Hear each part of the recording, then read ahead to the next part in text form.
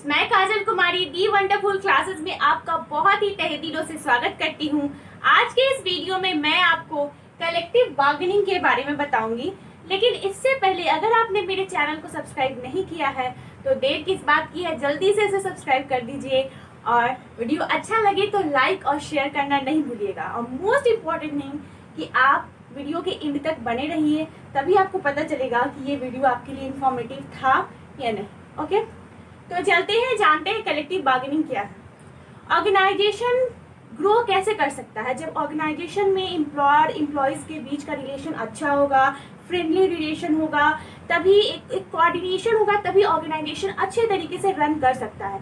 लेकिन अगर ऑर्गेनाइजेशन में एम्प्लॉयर, मैनेजमेंट और वर्कर के बीच में डिस्प्यूट हो जाता है किसी कारणवश, और उस डिस्प्यूट को मैनेजमेंट सॉर्ट आउट करने की कोशिश नहीं करता है, उसको रिमूव करने की कोशिश नहीं करता है, तो ये डिस्प्यूट बढ़ता चला जाता है और क्या हो जाता है, जिसके कारण ऑर्गेनाइजेशन के परफॉर्मेंस में क्या होता है, फर्क दिखाई देता है। ऑर्गेनाइजेशन का परफॉर्मेंस लो होते चला जाता है। क्लियर है?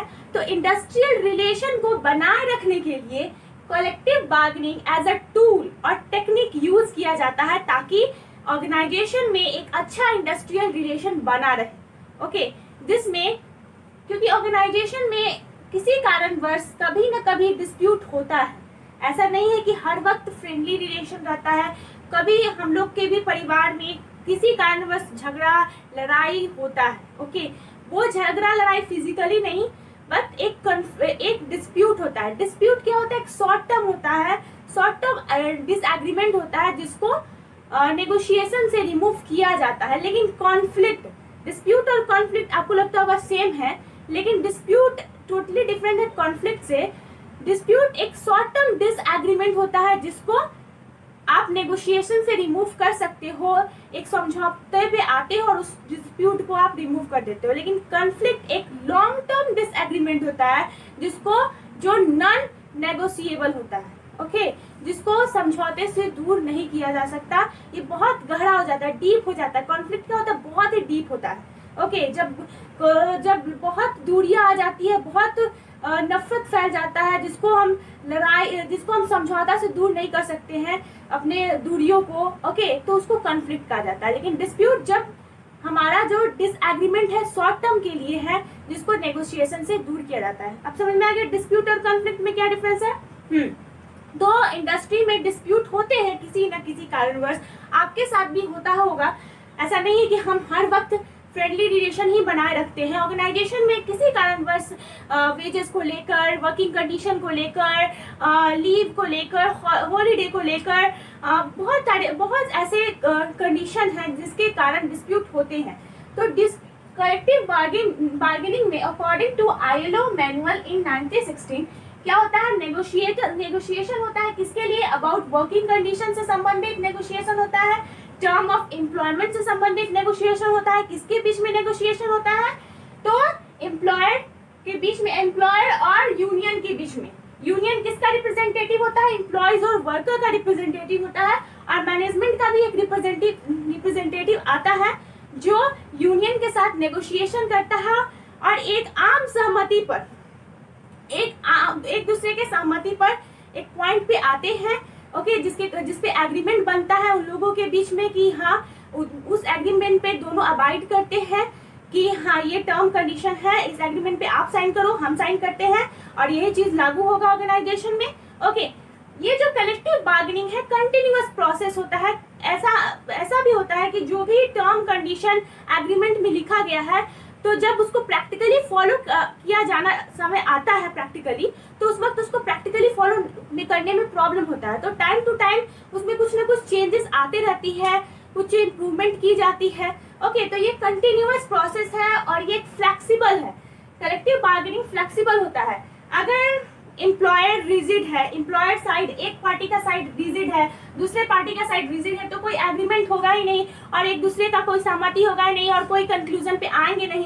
तो ये क्या होते हैं, दोनों पार्टी क्या होते हैं, फ्लेक्सिबल होते हैं। ये कलेक्टिव बार्गेनिंग क्या होता है, फ्लेक्सिबल होता है। क्लियर है?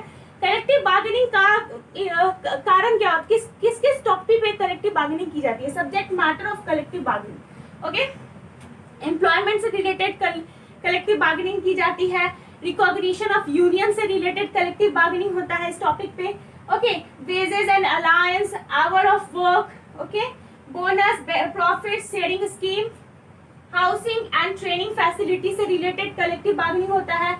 Issue related to discipline, leave and festival holiday, बहुत सारे ऐसे टॉपिक है जिस टॉपिक पे कलेक्टिव बार्गेनिंग दोनों पार्टी, एक पार्टी एम्प्लॉयर अपने बातों को रखते हैं, एम्प्लॉयर जो एम्प्लॉयज के रिप्रेजेंटेटिव होते हैं, वर्कर के रिप्रेजेंटेटिव होते हैं, अपने बातों को रखते हैं, एम्प्लॉयर अपने बातों को रखते हैं और एक दूसरे के सहमति से, ओके, एक दूसरे को सुनते समझते सहमति से एक कंक्लूजन पे आते हैं और एक एग्रीमेंट, एक लीगल एग्रीमेंट होता है, ओके, जिसपे दोनों पार्टी के रिप्रेजेंटेटिव क्या करते हैं, सिग्नेचर करते हैं, ओके, दोनों पार्टी के रिप्रेजेंटेटिव सिग्नेचर करते हैं और एग्रीमेंट, ये सहमति उस एग्रीमेंट पे दोनों का सहमति होता है। और ये टाइम टू टाइम जब ऐसा लगता है कि इसमें कुछ चेंजेस आना है तो दोनों पार्टी फिर से बैठते हैं और फिर सहमति से उसमें चेंजेस आते हैं। इसलिए कलेक्टिव बार्गेनिंग एक कंटिन्यूअस प्रोसेस है, फ्लेक्सिबल है ये, ओके, ये रिजिड नहीं है। अगर दोनों पार्टी रिजिड हो जाएगी, एम्प्लॉयर जो मैनेजमेंट के जो रिप्रेजेंटेटिव है और जो वर्कर के रिप्रेजेंटेटिव है वो बोलेंगे नहीं ये नहीं हो सकता है, एम्प्लॉयर बोलेंगे नहीं हम इस पे नहीं कर सकते हैं, तो क्या होगा, कोई एग्रीमेंट नहीं होगा। इसलिए ठंडे दिमाग से दोनों फ्लेक्सिबल होके एक दूसरे के बेनिफिट को देखते हुए, और सबसे इम्पोर्टेंट थिंग ये है कि इंडस्ट्रियल, इसमें कोई इंडस्ट्रियल डिस्क्रिमिनेशन नहीं होता है, दोनों अपने बातों को रखते हैं, ओके, सभी को बोलने का अधिकार है, राइट है कि आप अपनी बातों को रखिए। ऐसा नहीं है कि आप यूनियन के रिप्रेजेंटेटिव है तो आप अपनी बातों को नहीं रख सकते हैं, आपकी बातों को नहीं माना जाएगा, हम मैनेजमेंट है, मैनेजर है, मेरा ओहदा बड़ा है, ऐसा कुछ नहीं होता है। दोनों अपनी बातों को रखते हैं और दोनों इस कंक्लूजन पे आते हैं जो ऑर्गेनाइजेशन के बेनिफिट के लिए हो, ओके, क्योंकि मेन मोटो क्या है, ऑर्गेनाइजेशन के ग्रोथ को आगे बढ़ाना।